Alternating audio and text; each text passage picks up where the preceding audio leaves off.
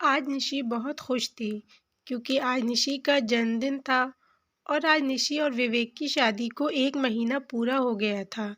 विवेक निशी को आज शाम को बाहर डिनर पर ले जाने वाले थे और निशी से शाम को जल्दी आने का वादा करके गए थे।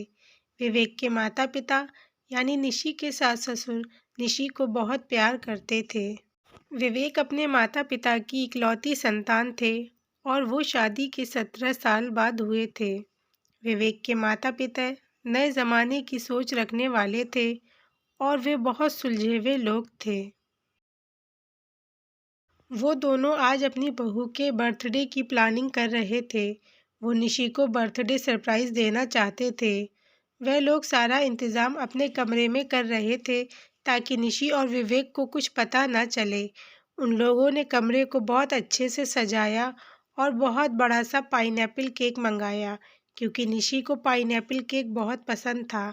शाम होने ही वाली थी, निशी तैयार हो गई। निशी ने लाल रंग का सूट पहना था जो उसकी माँ ने उसको गिफ्ट किया था। वो लाल सूट में बहुत खूबसूरत लग रही थी। काफ़ी देर हो गई विवेक नहीं आए। उधर विवेक के मम्मी डैडी भी विवेक का इंतज़ार कर रहे थे कि विवेक आए और वो दोनों को सरप्राइज़ दें। दोनों बहुत एक्साइटेड थे। थोड़ी देर में विवेक आ जाते हैं। अपनी बीवी को धजा देखकर बहुत खुश होते हैं।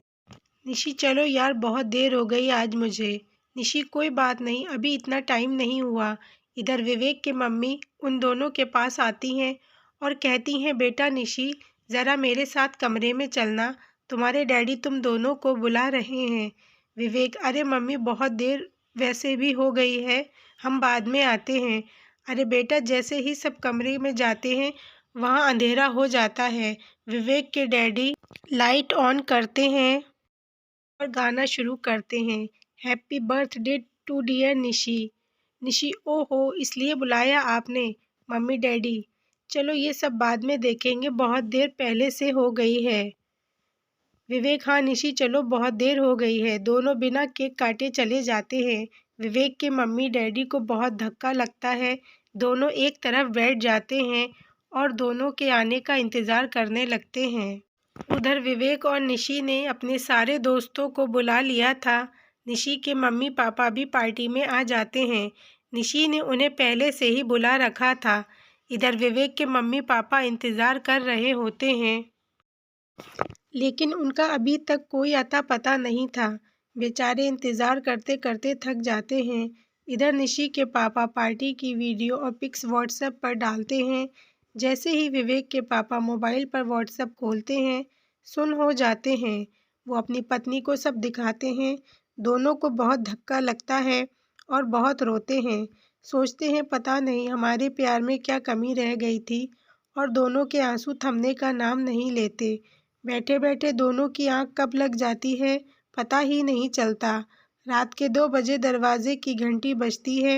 विवेक के माँ पापा उठ जाते हैं। विवेक के पापा दरवाज़ा खोलने जाते हैं। दोनों अंदर आते हैं। अरे सॉरी डैडी, हमें बहुत देर हो गई। विवेक की माँ पीछे से अरे कोई बात नहीं बेटा, आओ अब केक काट लें।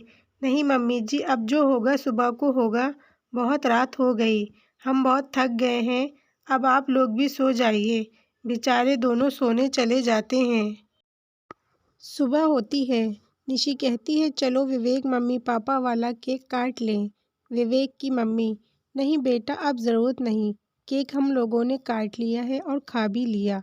थोड़ी देर इंतज़ार नहीं कर सकती थी मम्मी? विवेक ऐसा कहता है।